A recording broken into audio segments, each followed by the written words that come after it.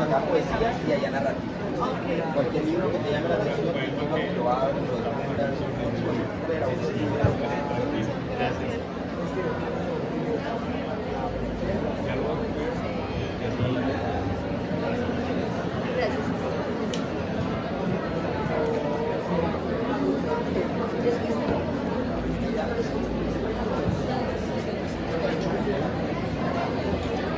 Buenas tardes, ¿cómo están? Bienvenidos a esta conversación Diálogos Queer, el riesgo de la mirada única. Mi nombre es Eduardo Bechara Navratilova, soy el director de la editorial Escarabajo. Bueno, ya acá en la recta final de la Feria del Libro de Bogotá, en este 1 de mayo, Día del Trabajador, tenemos aquí con nosotros a Cristina Rojas y a los autores Hugo Reyes Saab y Javier Galeano Pájaro, autores de la editorial Escarabajo, con Toque de Silencio en la Troposfera y Cuerpos Celestes. Para mí, como editor y director de la editorial Escarabajo, es sumamente placentero, grato tenerlos aquí. El año pasado, en la Feria del Libro del 2023, también hicimos un conversatorio alrededor del tema queer, de forma que esto sencillamente es ir profundizando en referencia a ese tema que nos parece tan importante. Hay que tener en cuenta que la editorial Escarabajo es una editorial totalmente incluyente. Tenemos varios libros de temática queer, tenemos aquí publicados a varios autores afro-colombianos, especialmente mujeres, de forma que esto solamente pues, nos fortalece y fortalece el tejido social que queremos para este territorio. Querido Javier Galeano Pájaro, te paso la posta de la presentación y bueno, bienvenidos por acá y los estaremos escuchando con mucha atención. Muchas gracias, Eduardo, y muchas gracias a Editorial Escarabajo por este espacio que nos abre por segunda ocasión aquí en la Feria del Libro. Este espacio tan importante, ¿no? Hablar de estos temas aquí en la Feria del Libro me parece pertinente, me parece relevante, me parece apropiado, y que estemos con dos personas que saben del tema y que de pronto tienen una posición bastante interesante acerca de lo que vamos a hablar hoy, que es el riesgo de la mirada única. Yo quisiera empezar hablando un poquito, poniéndolos en contexto sobre de qué va esta charla. Y esta inquietud surge a partir de un texto, a partir de una presentación de la autora sudafricana Chimamanda Ngozi Adichie. Ella dice que en su texto, en este texto que habla sobre la mirada única, nos dice que los peligros de reducir a una persona, un país o una cultura a un relato unívoco, pues solo cuando comprendemos que nunca existe una única historia, recuperamos una especie de paraíso. Poniéndolo en palabras simples, es el encasillamiento en el que muchas veces cae la percepción que se tiene a partir de una sola historia. Entonces, ese es más o menos lo que vamos a tratar hoy, y vamos a tratar de profundizar sobre ese tema. Mi nombre es Javier Galeano Pájaro, como saben, soy el autor de la novela Cuerpos Celestes, publicada por Editorial Escarabajo. Soy comunicador social y he participado pues, de muchos talleres de escritura creativa, y Cuerpos Celestes es mi segunda novela. Me acompañan Cristina Rojas Tello, ella es antropóloga, magíster en estudios de género de la Universidad Nacional de Colombia, autora de Editorial Planeta, del libro de Colores, publicado en el año 2021. Desde su trabajo con la Dirección de Diversidad Sexual, Poblaciones y Géneros, ha publicado Mi Marcha, 40 años de las movilizaciones LGBTI en Bogotá, y participó en la coordinación editorial del libro Los Sobrevivientes, Mujeres Trans en el Barrio Santa Fe, antes y después de la Constitución de 1991. Y Hugo Reyes Saab, gran amigo, gran autor también de la editorial Escarabajo, que es el autor de la novela Golpe de Silencio en la Troposfera, una gran novela. Él es licenciado en Filosofía y Letras por la Universidad Santo Tomás, con una especialización en expresión narrativa de la Universidad Central, Y su primera novela, como ya lo mencioné, es Toque de Silencio, dije golpe ahorita, Toque de Silencio en la troposfera, se publicó en el 2020. Me ganan los nervios, es poquita gente, pero no. Y actualmente escribe un blog, escribe reseñas y guiones para series de televisión. Entonces, como ven, estamos acompañados de un gran panel, que era la palabra que discutíamos ahorita, y vamos a ahondar un poquito sobre este tema. Eso que les mencionaba, las historias únicas generan miradas parcializadas, generan como un encasillamiento y también una mezquindad en esas miradas, ¿no? Muestran a un pueblo, muestran a la gente y en últimas muestran al individuo como una cosa, como una única cosa. Y esto lo hace reiterativamente esta narrativa y al final lo convierten en esa única cosa. Yo quería de pronto mencionar también que aquí las estructuras de poder tienen una gran participación en la capacidad de contar no solo la historia de otra persona, sino de convertirla en la historia definitiva de un pueblo o de una persona. Es decir, desde esos ejes de poder, desde ese ejercicio del poder, muchas veces se reduce una población, una persona, una comunidad a un único relato. En palabras de Chimamanda, para citarla aquí de nuevo, es imposible conocer debidamente un lugar o a una persona sin conocer todas las historias de ese lugar o de esa persona. La consecuencia del relato único es que priva a las personas de su dignidad, nos dificulta conocer nuestra común humanidad, empatiza en qué nos diferenciamos en lugar de en qué nos parecemos. Entonces ya van entendiendo por dónde va la cosa, ¿no? En torno a esto de lo queer y de las identidades LGBTI. Yo quería preguntarles a ustedes para que me contaran en qué consideran que la historia única, con su mirada parcializada, afecta la percepción y la comprensión que la gente tiene de lo queer. Cuéntanos, Cristina. Bueno, buenas tardes.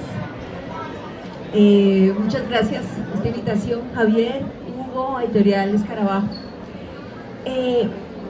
Creo que, por lo menos en Occidente, la identidad ha sido un lugar seguro. Nos resguarda de los peligros de la nada. Entonces una identidad te sienta en un lugar y te dice, bueno, tú eres Cristina Rojas, eres autora, eres una mujer, eres una escritora, eres una antropóloga, y esa identidad nos pone en un lugar que nos da seguridad y que de alguna manera nos cubre incluso en derechos. El riesgo es cuando nos quedamos en ese lugar y el derecho no es a tener una identidad, sino a poder mutar, ¿sí? Y nos quedamos con una sola mirada, perdiendo todos los otros aspectos que tiene una persona, que tú decías, un país, ¿sí? Un surso. El riesgo más importante es que se pierden precisamente las facetas y todo el arco iris de posibilidades que puede tener un ser, ¿sí? Y precisamente, pues lo veo en esa manera, nos han enseñado a buscar un lugar cómodo de identificarnos, una identidad que nos da comodidad, nos da seguridad. Yo soy esta, pero en el momento en que yo ya no dejo de ser esa persona, entonces me siento como sin piso. Esa es la propuesta de un discurso único. Yo te voy a garantizar unos derechos, pero te doy esta identidad. Y de alguna manera ven qué ha sucedido con las personas, por lo menos en los colectivos LGBTI o lo trans, ¿sí? Bueno, te voy a resguardar en derechos y ese es tu tránsito. Pero el tránsito tiene que llegar hasta este lugar, o sea, ¿cómo te vas a quedar en la mitad del tránsito? O sea, o eres hombre o eres mujer, tienes que ubicarte. Entonces el riesgo precisamente a lo que nos estamos exponiendo, a mi manera de ver, no solamente en temas de lo queer y de la diversidad, es de perder la multiplicidad, ¿sí? El espíritu, como lo diría Edgar Garavito, la posibilidad de la multiplicidad y de ser como nómada a través de la identidad o de las diferentes esferas. Yo pensaría que para comenzar es eso. Listo, ok. Buenas tardes, es un gusto que estén acá con nosotros. Segundo año. ¿Lo oyen? Sí, ahora sí.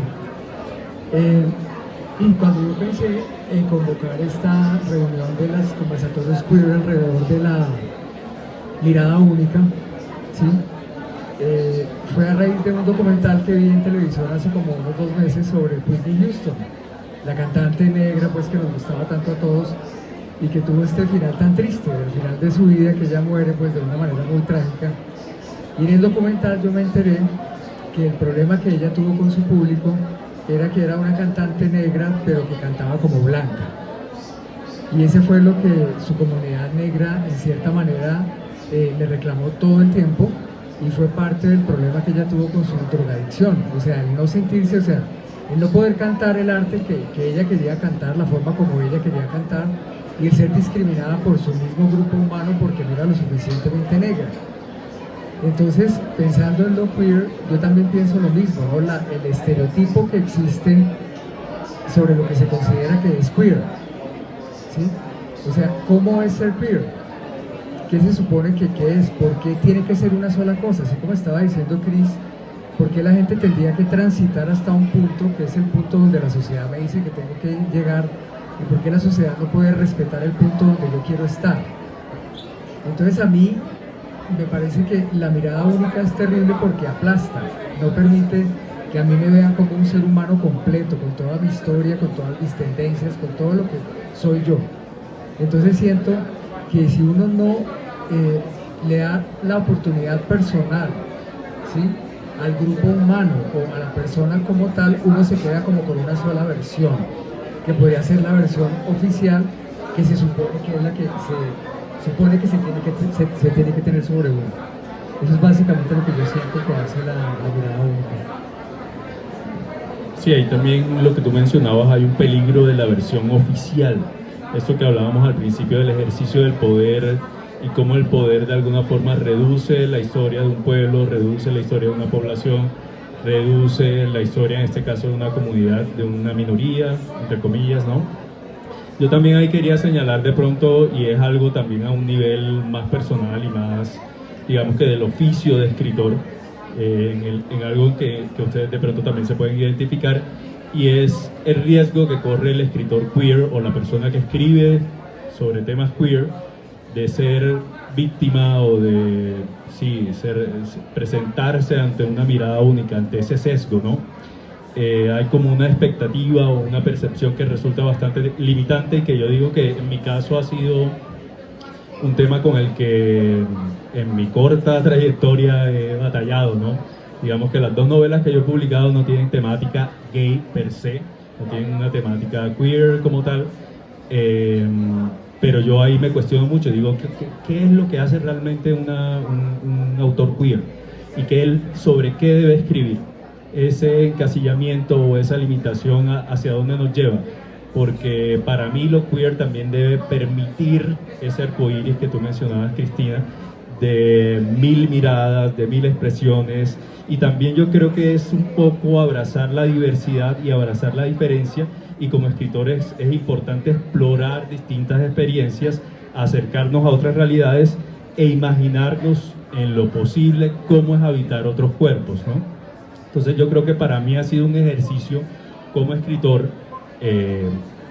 de eso, de acercarme a lo que no es cercano para mí, de pronto extrapolar mi experiencia e irme a navegar otras aguas, ¿no?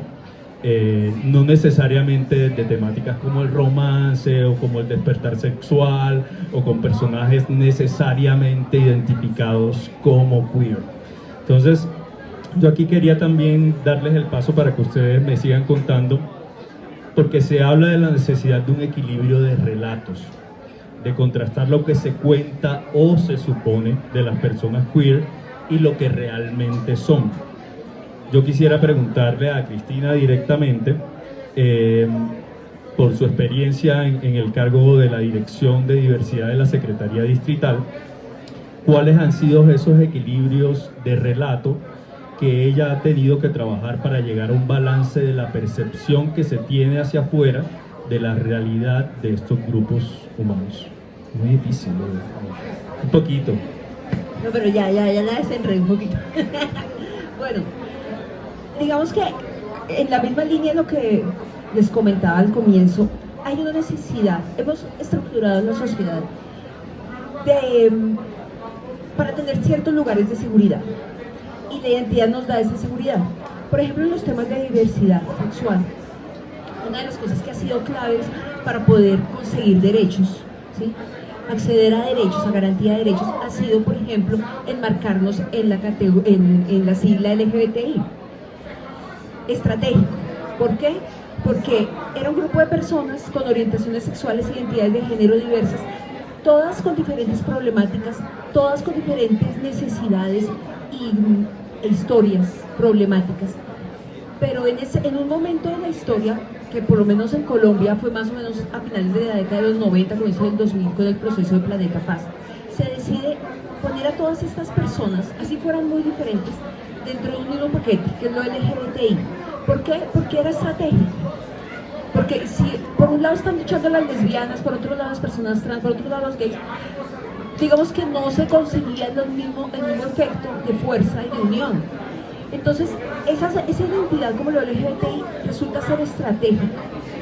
Entonces, en ese sentido, esas identidades han sido estratégicas, nos han permitido visibilizarnos, nos han permitido acceder a derechos, ¿sí?, porque existen. Sin embargo, con el tiempo se han convertido en camisas de fuerza.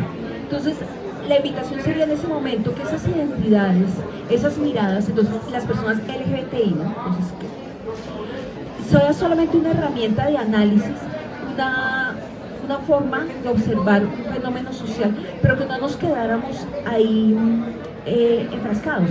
Porque cuando nos enfrascamos en eso, ahí es cuando se quita la posibilidad de expansión del ser. Entonces los gays son esto, las mujeres lesbianas son así, se visten así, hablan así y desean solamente a otras mujeres. Los hombres gays les gusta esto, visten así, son así, y no es cierto, ¿sí? Entonces ahí esas mismas categorías que en algún momento podrían ser útiles para la construcción de derechos, para la visibilización, se convierten en camisas de fuerza y esa herramienta se nos devuelve. Entonces se nos vuelve una cuestión que no permite el crecimiento del ser humano. Hoy en día, y eso es lo pues, que a mí me parece muy interesante, es que las mismas personas están cada día acudiendo a nuevas categorías. Entonces ya la gente dice, no, pues yo no estoy dentro del LGBTI, yo soy pansexual, yo soy no binaria, soy género fluido. ¿Por qué? Porque realmente ninguna categoría puede dar cuenta de de toda la riqueza y de lo que significa un ser humano, y tampoco lo puede representar en un momento. Yo soy Cristina en este momento, pero no sé cómo seré dentro de 20 años, y definitivamente no soy la misma de hace 20 años tampoco. Entonces, la posibilidad de mutar creo que es lo más importante, y creo que allá vamos, pero es muy difícil quitar las categorías cuando hemos estructurado la sociedad con esos vínculos desde la identidad que nos protegen, ¿no? Citando a Chimamanda, ella dice una cosa importantísima, dice que el relato único, la historia única, nos quita la dignidad como seres humanos. Le pone más importancia a la diferencia, a en qué nos parecemos los seres humanos. Y realmente, si ustedes se dan cuenta, la clasificación está desde lo sexual o desde la orientación sexual. Yo pensaba, cuando se estaba escuchando a ustedes, que lo más importante es realmente entender que el ser humano, más que una genitalidad, ¿sí?, es un afecto. Yo pienso que nosotros deberíamos entender que somos seres afectivos y nos sentimos felices y queremos estar en el lugar donde nos sentimos queridos y aceptados. Entonces yo creo que esa historia única se anula en el momento en que yo entiendo eso, en que yo lo que necesito es querer de la forma que yo necesito querer, sentirme querido de la forma en que yo necesito ser querido y simplemente fluir, estar con la persona adecuada.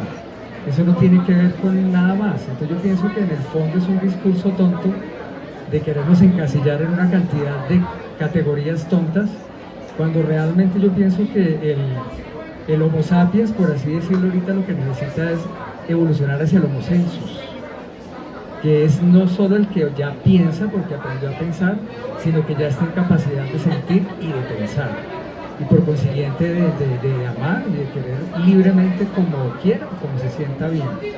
En el fondo es eso, en el fondo el fondo de la violencia del mundo es esa. Somos personas mal queridas, creo yo. Ese es el origen de todos los odios, creo yo. Bueno, muy cierto, Hugo. Yo quería de pronto también hacer, porque me ponen ustedes también a mí a pensar un poquito acá sobre precisamente los aspectos y el equilibrio de relatos, ¿no? Porque también uno asume que estas expresiones de afecto que muchas veces son públicas y que ahora también se enmarcan dentro de una fotografía que uno ve en las redes sociales, el matrimonio y la adopción y todo esto, llegó así de la nada, y también ese equilibrio de relatos yo creo que nos permite mirar hacia los relatos del pasado y darnos cuenta que de pronto en periodos anteriores tuvo que haber cierta incomodidad y tuvo que generarse un relato distinto que ahora está quedando oculto y que nos reduce de pronto a la fotografía simplemente que se ve en redes sociales de una pareja de hombres, de una pareja de mujeres casándose y adoptando, que está muy bien, pero también se borra un poco toda la lucha que hubo detrás, ¿no? Todo lo que muchas veces nos veíamos forzados como comunidad a hacer, el activismo y también muchas formas de afecto que se daban en lugares públicos y que hoy son señaladas como el cruising, como todas estas situaciones, pero que en ese momento eran necesarios para generar una visibilidad y para que las personas expresaran su afecto. Entonces queda reducido simplemente a una fotografía, a un solo relato con derechos adquiridos y ya todo bien. Es como, sí, ya qué más pides, ¿no? Mientras que estamos desconociendo toda esa lucha y todo ese pasado que de pronto incomoda un poco. Yo quería mencionar también ahí otro fragmentico de esta charla de Chimamanda, que menciona que las historias se han utilizado para desposeer y calumniar, pero también pueden usarse para facultar, deshumanizar y pueden quebrar la dignidad de un pueblo, pero también pueden restaurarla. Yo quisiera que de pronto reflexionáramos un poquito sobre esto y me contaran qué pueden aportar acerca del tema. Bueno, pues el relato histórico nos ofrece una visión de la historia, ¿sí? Una forma de verla, pero no, o sea, un círculo tiene 360 grados, o sea, 360 formas de ver un mismo aspecto, y generalmente nos quedamos con uno o dos que minimizan, y esa historia también, bueno, como lo decía Eduardo Galeano, ¿no? La historia de la cacería sería muy diferente si no fuera narrada por los cazadores, sino por los leones. Entonces, la historia que nos llega, por ejemplo, del tema de la diversidad sexual y de género, nos llega también con unos estereotipos muy claros, ¿no? Entonces tenemos a Stonewall como horizonte, Estados Unidos, el norte global, ¿sí? Tenemos como horizonte también lo que ha pasado en las ciudades, en lo urbano. Entonces la diversidad sexual ha sido una movilización, por lo menos hasta el momento, muy urbana. Pero nos faltan ver esas otras visiones. Entonces, ¿cómo es ser diverso en el campo, en lo rural? Es que no existen personas diversas, por supuesto, pero es una historia que nos falta narrar. Perfecto, bueno, lo de Stonewall muy visible, pero aquí hubo muchas movilizaciones, muchísimas cosas, incluso sucede en el contexto nacional, porque nosotros tenemos como referente la marcha en Bogotá. Por supuesto, es una marcha que lleva 4 décadas, que es multitudinaria, sin duda debe ser la más grande de Colombia. No sé, en Medellín puede ser que también sea, no sé cuál será más grande, pero son ciudades capitales. Pero cuando nos ponemos a mirar, por ejemplo, hay movilizaciones que tienen que ver con lo diverso, que son más allá o sea, más antiguas de 40 años, antes de los 80, que tienen que ver, por ejemplo, con el Carnaval de Barranquilla. Hay manifestaciones y expresiones que nos han contado porque no vienen de la capital, porque no vienen del norte global, porque no vienen de todos esos sí, puntos hegemónicos, desde donde incluso esta historia, que no quiere verse como hegemónica, también termina haciéndolo, ¿no? Entonces, creo que una de las dos labores importantes ahí es, primero, comenzar a averiguar esa otra historia de la diversidad. ¿Sí? ¿Cómo lo vieron los otros? ¿Cómo se vio la diversidad cuando eres afro, cuando eres indígena? ¿Sí? Cuando eres una persona rural, bueno, no sé. Pero también la otra misión que es importante, además de contar esa otra historia, también es importante recordar que si hay una movilización social que nos invita realmente a ver el mundo desde otras dimensiones y de la diversidad es precisamente lo queer, ¿no?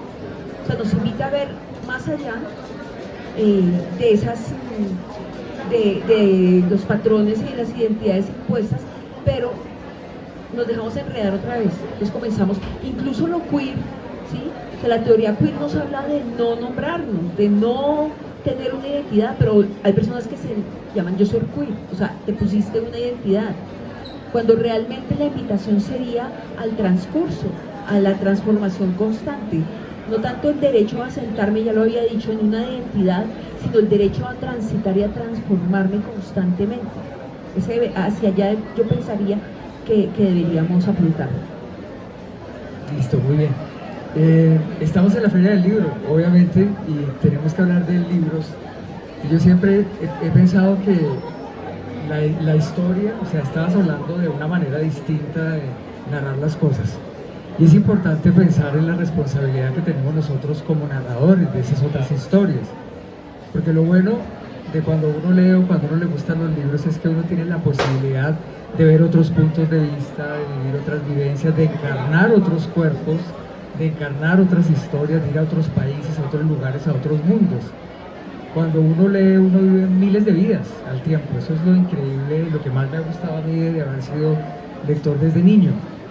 Entonces yo pienso que es muy importante revisar nuestra responsabilidad de cómo contamos esas historias, desde dónde las contamos. O sea, son historias que nos tiran al piso, nos quitan la esperanza, nos machacan, nos destruyen, o por el contrario, nos llevan a esos lugares que son los lugares que supuestamente son los prohibidos, donde no se debe ir, donde está la gente mala, la oscura, los trans, las prostitutas, todo el cuento, ¿sí? O sea, ¿por qué no ir a esos lugares y tener una mirada distinta, entender esas historias?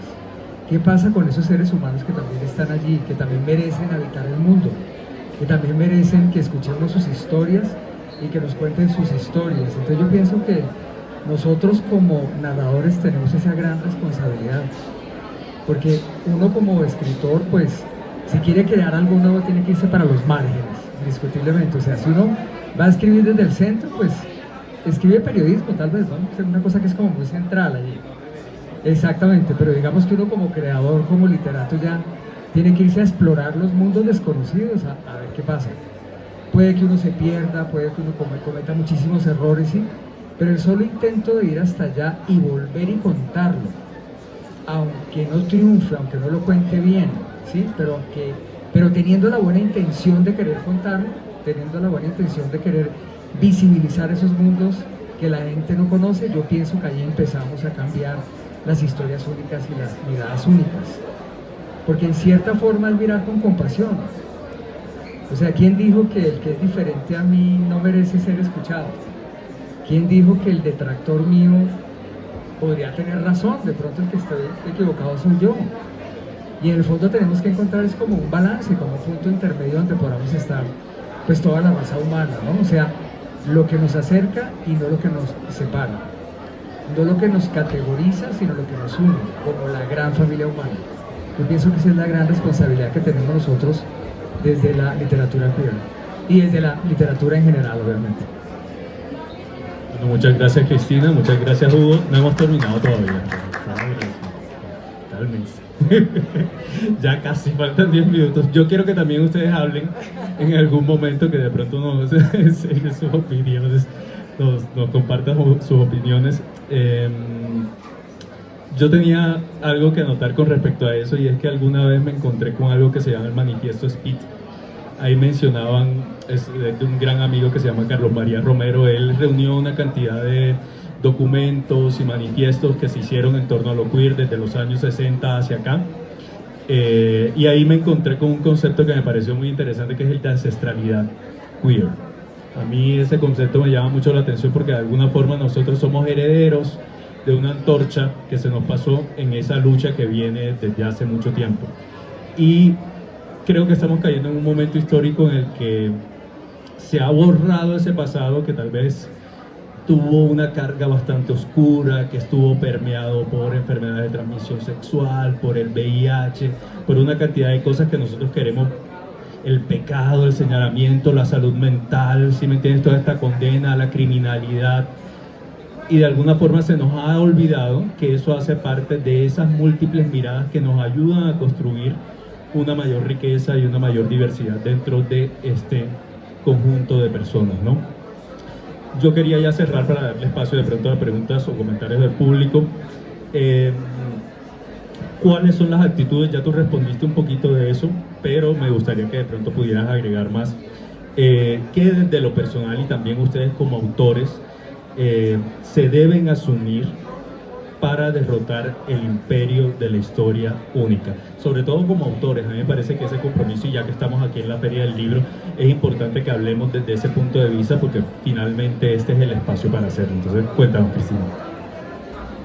Bueno, yo creo que Hugo fue muy claro hace un momento. Creo que como desde la escritura y como narradores es importante imprimir otro tipo de historia. Es importante darle voz a otro tipo de personajes, a otras historias, a otras, incluso otras formas de escritura si se quiere. Creo que ese sería el primer paso, pero también la invitación, creo que es hacerse la pregunta a uno mismo, ¿no? Y salir de ese lugar cómodo. Incluso, no solamente las personas diversas, todas las personas, incluso aquellas que se lean como una persona heterosexual cisgénero, hacerse la pregunta, bueno, yo nunca me la hice.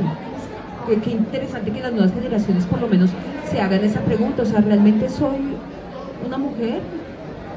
¿Realmente soy heterosexual? A mí me lo impusieron en mi casa y yo nunca me lo pregunté. Sé que las nuevas generaciones sí se hacen esa pregunta, es importantísima. Seguramente para volver al mismo lugar y decir, bueno, sí, soy una mujer y me relaciono con hombres, entonces soy heterosexual. Pero el simple hecho de comenzar a poner en duda la identidad como un lugar estable, establecido, ¿sí? Comenzar a darse la oportunidad de poner a tambalear esas normas tan estrictas, la ley del género que es tan estricta.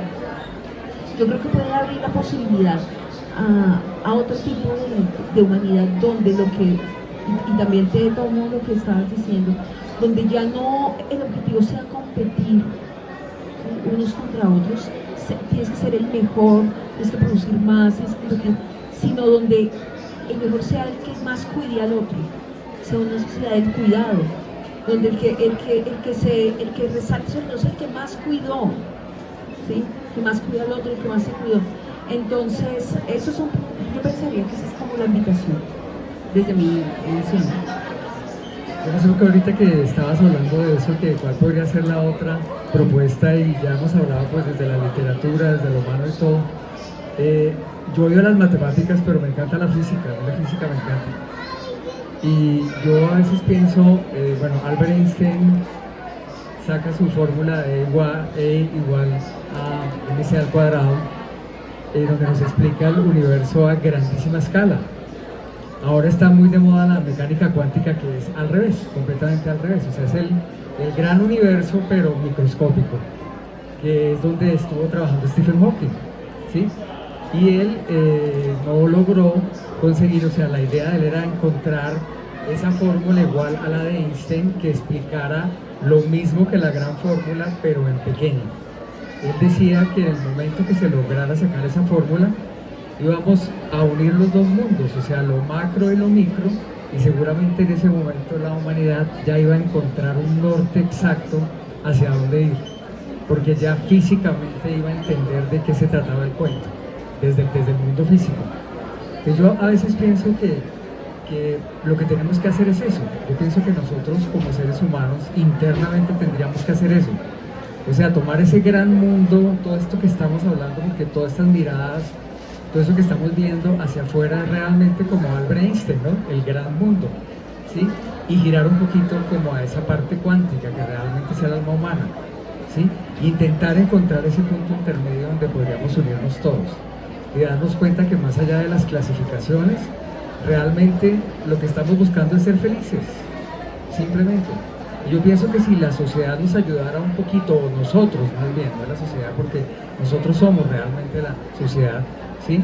nos ayudáramos un poco en eso, o sea, no nos pusiéramos tantas trabas burocráticas, administrativas, filosóficas, ¿sí? Para encontrar ese punto yo creo que podríamos ser mucho más felices. El rollo es relajarse, intentar ser felices y dejar ser felices a los otros, porque ese es otro gran problema, que cuando vemos la felicidad del otro, como no la tenemos, nos da rabia, y no debería ser así. Deberíamos sentirnos felices de que los otros ya hayan encontrado su norte, lo que tú estabas diciendo, ¿no? Que se empieza desde el nombre, desde el género y todo, pero de ahí para allá hay un constructo muy complejo, muy lindo, que fluye. Y hay que dejar que la gente fluya allí, porque lo más importante es que sean felices. Yo pienso que eso acaba todas las guerras, no hay nada que hacer. Muy cierto, Hugo. Cristina, bueno, muchas gracias. El aplauso para los participantes de esta charla. Tenemos todavía como 5 minuticos más y Eduardo está ocupado. Muy bien. Queremos escucharlos. Si ustedes tienen alguna opinión, un comentario, algo que quieran decir, una pregunta, dudas, recomendaciones que nos quieran hacer el día de hoy, las recibimos con mucho agrado, porque la idea precisamente es esa. Porque aquí, cuando estamos parados en este panel, de alguna forma nosotros nos convertimos en una autoridad, entre comillas, o en una fuente del ejercicio de ese poder que propende a contar una historia a unos panelistas. Entonces, queremos escucharlo. Si no tienen nada que decir, tranquilos, yo entiendo. Pero nos gustaría escucharlo. De pronto alguien por ahí. Eso, muy bien. Hola, buenas. Bueno, mi aporte sería, o mi comentario sería, que el problema de aceptar a las diferencias del otro radica en la enseñanza que nos han venido dando desde pequeños, en que todos somos iguales. Entonces, yo siento que esa enseñanza es muy perjudicial en nuestra sociedad, porque eventualmente no somos iguales. O sea, sí, somos iguales ante la ley, pero no somos iguales en el acento, no somos iguales en la cultura. Por ejemplo, en nuestro país hay muchas culturas, dentro de un solo país, por ejemplo. Entonces yo siento que esa enseñanza de que todos somos iguales, en cierta medida nos nubla a aceptar las diferencias del otro, o sea, aceptar al otro en su diferencia. Entonces creería yo que ese sería un problema digamos, en ese ejercicio de aceptar al otro. Esa enseñanza que desde pequeño nos dicen, no, todos somos iguales. Entonces, pues solo eso.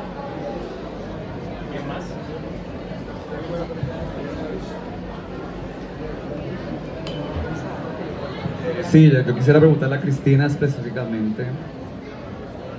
Tú hablas del ciudadano, es decir, siempre hemos hablado del gay, el transexual, la lesbiana, esa etiqueta, ¿no? Pero ¿qué se hace me gustaría, es curiosidad, ¿qué hace la alcaldía hoy o qué hace el Estado hoy con ese ciudadano diferente? Es decir, población en vulnerabilidad LGBT, personas de la calle, madres solteras que pueden ser madres por el hecho de una violación o lo que sea, pero se identifican como gays, como tal, que son muchas. Entonces quisiera saber, o dónde puedes encontrar más sobre todos esos proyectos que estás haciendo. Bueno, gracias.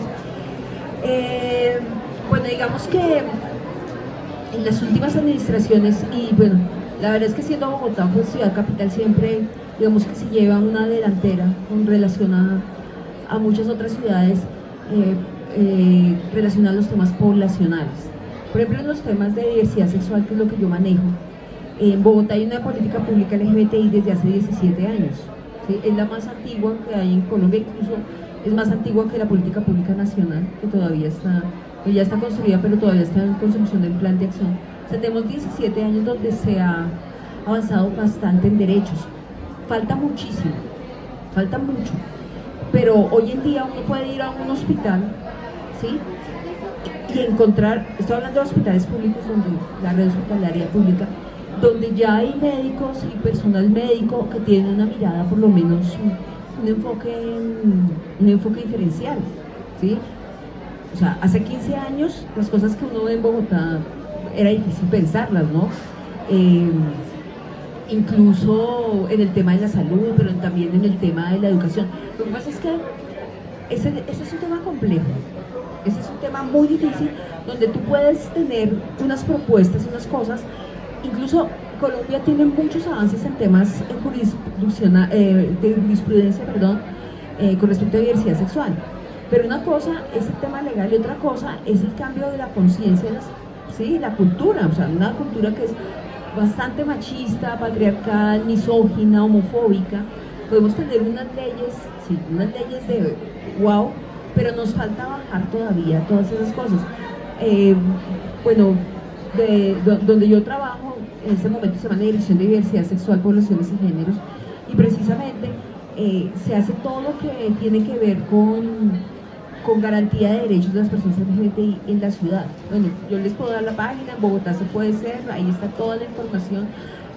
En Bogotá hay 5 casas para personas LGBTI donde hay atención jurídica, psicológica, acompañamiento, organizaciones sociales. Digamos que hay una estructura que hace 15 años era imposible pensar, pero todavía falta muchísimo, pero mucho. Mira, todos quieren opinar ahora. Por acá, bueno, hola, muy buenas tardes. Muchísimas gracias, felicidades por su presentación. Mi pregunta es, en este contexto que estamos viviendo, ¿cuál es el papel que representa a nivel global en este equilibrio de la vida todos estos países y todas estas sociedades que atacan, que satanizan, que criminalizan, que penalizan a la comunidad LGTB? Finalmente yo pienso que también existe por una razón. Hoy en día hay más de 30 países que condenan con cárcel, con pena de muerte a esta comunidad o incluso a personas heterosexuales que apoyan a esta comunidad. ¿Cuál es el rol en nuestra sociedad de este tipo de conductas y cuál sería nuestra función como seres humanos para contrarrestar eso o nuestra posición ante eso? Porque no es una población pequeña, estamos hablando de más de 30 países a nivel global. Es para cualquiera que qué chicharrón, como dicen acá. Bueno. Algo pequeño que se me ocurrió con la pregunta tuya es que yo creo que perderse es también encontrar el camino. Entonces yo creo que el solo hecho de verlos a ellos en sus posturas tan ortodoxas y tan fundamentalistas, en cierta manera nos debería hacer reflexionar a todos. Ellos están allí, creen en eso, porque tú sabes que las creencias son muy fuertes y tumbar una creencia es dificilísimo, ¿no? Porque eso está casi en el ADN de ellos. Inclusive tengo entendido que hay católicos en Sudáfrica, en África, que están pidiendo la muerte del Papa por el solo hecho de que el Papa dijo que quién era él para condenar, digamos, a las parejas gays o a la gente gay, y lo están odiando por eso y están rezando para que se muera. Es increíble. Están haciendo eso, increíble. Entonces yo creo que lo único que yo te podría decir es que tal vez muestran lo que nunca debería ser uno. O sea, yo pienso que están perdidos, pienso yo personalmente. Sin embargo, hay que respetarlos porque es su creencia. No sé qué más decirte. Dos preguntitas más. Bueno, muchas gracias por la charla. Estuvo bastante interesante, bastantes puntos que me llamaron mucho la atención. Veamos un poquito, retomando las preguntas que hicieron, una visión al futuro. Entiendo, digamos, hay todavía bastantes movimientos pues contra lo que se ha logrado, aceptación y visibilidad a todo lo que es el colectivo. Una vez logremos ya lo que es todo el tema de normalización, eventualmente yo creo que lo vamos a lograr. ¿Cuál es su visión en el futuro? ¿Qué es su visión de ese futuro cuando ya hay una completa aceptación y una normalización de lo diverso? Pues yo creo que en últimas todo esto tendría que ir a el fin de las identidades. O sea, si ustedes recuerdan, hace algunos años en la cédula aparecía una cosa, una parte como decía como señales que decía si la persona era trigueña, no sé qué. Eso desapareció porque era absolutamente obsoleto. Marcas personales, en la cédula aparecía eso, en la cédula de mi abuela aparecía que era una mujer trigueña. Entonces ahí nos damos cuenta cómo eso ya está siendo obsoleto, y yo sí sueño con una sociedad donde esas identidades, por lo menos las identidades sexuales, ya no sean tomadas en cuenta, porque lo que han servido es para clasificar, jerarquizar, competir, crear tensiones y diferencias, ¿no? Donde el género ya no sea una... O sea, es que el género se convierte dentro del patriarcado en lo que sería la clase dentro del capitalismo, ¿no? ¿Sí? Entonces, esas luchas de clase es lo mismo, estamos hablando de repensarnos el género ya no como una estructura binaria de esa manera, sino de cada ser pudiera surgir y construirse de una manera independiente. Yo creería que eso es... Una última pregunta, un comentario, sí, claro. Muchas gracias, quiero felicitarlos. De verdad, yo creo que esos espacios donde se hable de temática queer son supremamente importantes, porque antes de ver incluso una mirada única, creo que hay mucho desconocimiento de la teoría queer en la población en general. Entonces yo creo que estos espacios son súper valiosos. Pero digamos que si se trata de los problemas de una mirada única, a mí se me ocurre, yo no soy especialista en temas de género, de pronto digo algo inapropiado, pero una mirada única de lo queer, a mí me parece que a veces supone como modelos únicos de formas de relación, de modos de vivencia. Muchas veces, digamos, las comunidades LGTBI intentamos buscar modelos como siguiendo roles heterosexuales que pues no le funcionan a todo el mundo. Y al revés, uno podía hacer como propuestas nuevas en formas de vivir, en formas de relación, estilos. Entonces, se me ocurría a mí eso, si la idea se trata de ver qué problemas tiene la definición única, yo creo que ahí incluso uno puede aportar a la sociedad en general. ¿Quieren agregar algo? Sí, yo digamos que comparto tu idea, tampoco soy experto en eso, pero sí, derribar la mirada única yo creo que requiere mucho trabajo, requiere mucho compromiso, mucha empatía, lo que mencionabas tú, y también explorar 1.000.000 de historias, que es lo que precisamente nos permiten los libros, y aquí hago la cuña. Editorial Escarabajo tiene un catálogo de libros y de historias y una cantidad de autores queer. Ha sido una editorial que nos ha abierto las puertas a los autores con identidades diversas, y que bueno, aquí estamos. Le paso la palabra a nuestro editor Eduardo Bechara. Muchas gracias por asistir.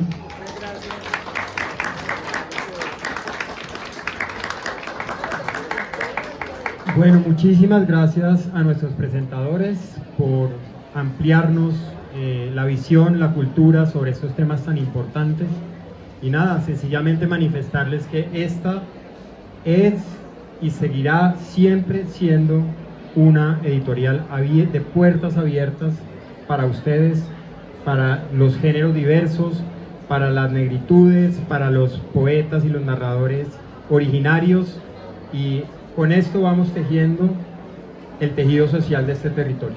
De forma que les agradecemos mucho, muchísimas gracias a ustedes también por estar aquí presentes.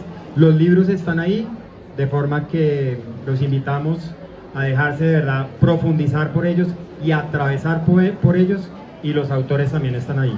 Muchísimas gracias.